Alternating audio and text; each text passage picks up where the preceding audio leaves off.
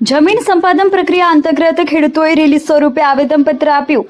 મહેસાણા જિલ્લા સહિત ઉત્તર ગુજરાતના વિવિધ વિસ્તારોમાં જમીન સંપાદન પ્રક્રિયા અંતર્ગત ખેડૂતો સાથે ન્યાયસંગત વળતર ન મળવાના મુદ્દે ખેડૂત નેતા અમરાભાઈ ચૌધરીના નેતૃત્વ હેઠળ કલેક્ટર શ્રી મહેસાણાને આવેદનપત્ર આપવામાં આવ્યું। ખેડૂતોની માંગ હતી કે સંપાદિત થતી જમીનનું જંગી ફ્રૂટ 2025 હેઠળ યોગ્ય વળતર ચૂકવવામાં આવે। પાઇપલાઇન, ઓએનજીસી, રેલવે તેમજ ભારતમાલા માર્ગ જેવા પ્રોજેક્ટોમાં બજાર ભાવ મુજબ વળતર નક્કી કરવામાં આવે। એક્સગ્રેશિયા ચૂકવણીમાં જોવા મળતી અસમાનતા દૂર કરવામાં આવે। થરાદ, અમદાવાદ, ભારતમાલા પ્રોજેક્ટમાં કરાતી ચૂકવણીના ભાવમાં વિસંગતતા દૂર કરવામાં આવે। જમીન સંપાદન અધિનિયમ 2003 મુજબ ન્યાયસંગત વળતર આપવામાં આવે। પોલીસ બંદોબસ્ત સાથેની રેલી કાર્યક્રમમાં મોટી સંખ્યામાં ખેડૂતો જોડાયા હતા। જંગીમાં રેલીમાં हम हमारा हक मांगते हैं भीख नहीं ना नाराओ गुंज्या। मृदु અને સહજ સ્વભાવના કલેક્ટર શ્રી મહેસાણાએ ઓફિસમાંથી કચેરી કમ્પાઉન્ડમાં ખેડૂતોની વચ્ચે આવીને આવેદનપત્ર સ્વીકારીને ખેડૂતોની લાગણી અને માંગણીઓને માન આપીને ખેડૂતોના દિલ જીતી લીધા।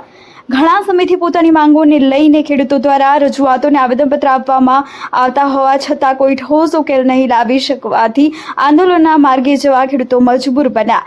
જો આ બાબતે યોગ્ય અને તાત્કાલિક નિર્ણય લેવામાં નહીં આવે તો ગાંધીનગર સહિત દિલ્હી સુધી ઉગ્ર આંદોલન કરવા સાથે કોર્ટનો સહારો લેવા મજબૂર બનશે। રિપોર્ટર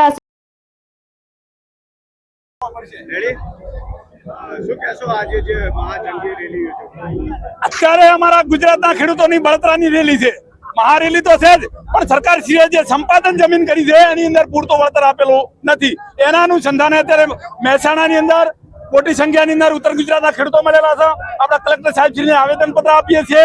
સાથે સાથે સરકારશ્રીને કહેવા માંગીએ છીએ કે જે સંપાદન જમીન કરી હોય ગુજરાતની અંદર તેમને પૂરતો વળતર આપો। બજાર કિંમત પ્રમાણે 4 ગણા કહેવાની સરકારશ્રીએ જાહેરાત કરી હોય એના અનુસંધાને એમને પૂરતો વળતર આપો। એના અનુસંધાને અત્યારે અમે રજૂઆત કરવા માટે કલેક્ટર સાહેબશ્રી પાસે જઈ રહ્યા છીએ। ભારત કહેવાય છે કે ખેડૂત પ્રધાન દેશ છે, તો ખેડૂતોને આટલી તકલીફ કેમ? હવે ખેડૂત પ્રધાન દેશ તો અલગ વાત છે। અત્યારે અમારા ખેડૂતો ખૂબ પીડા ભોગવી રહ્યા છે। જેવી રીતે ભાવ નથી મળતો એવી રીતે અમારી જમીનો સરકારશ્રી લૂંટીની છે, એની અંદર પણ પૂરતું વળતર આપતા નથી। આવતા સમયની અંદર અમે ગુજરાતના ખેડૂતો સાથે મળી અને ગાંધીનગરની અંદર ઉગ્ર આંદોલન થશે અને આની જવાબદારી સરકારશ્રીની રહેશે। કોઈ પણ ભોગે અમે હક અને અધિકાર મેળવ્યા વગર ધમકાના નથી। જય જવાન, જય કિસાન। અગાઉ પણ અટકાયત કરીને રોકી દેવામાં આવ્યા હતા, તો એ બારામાં હવે અત્યારે શું કરવું? હવે અટકાયત કરે કોઈ પણ ભરે અમારી જમીન મફતના ભાવે સરકાર લૂંટવા નહીં છે। અમને કદાચ જેલ ભરો આંદોલન કરવું પડશે તો અમે ગુજરાતના ખેડૂતો કરવા માટે સંમત છે, પણ અમે મફતમાં જમીન આપવા માટે સંમત નથી। જય જવાન, જય કિસાન।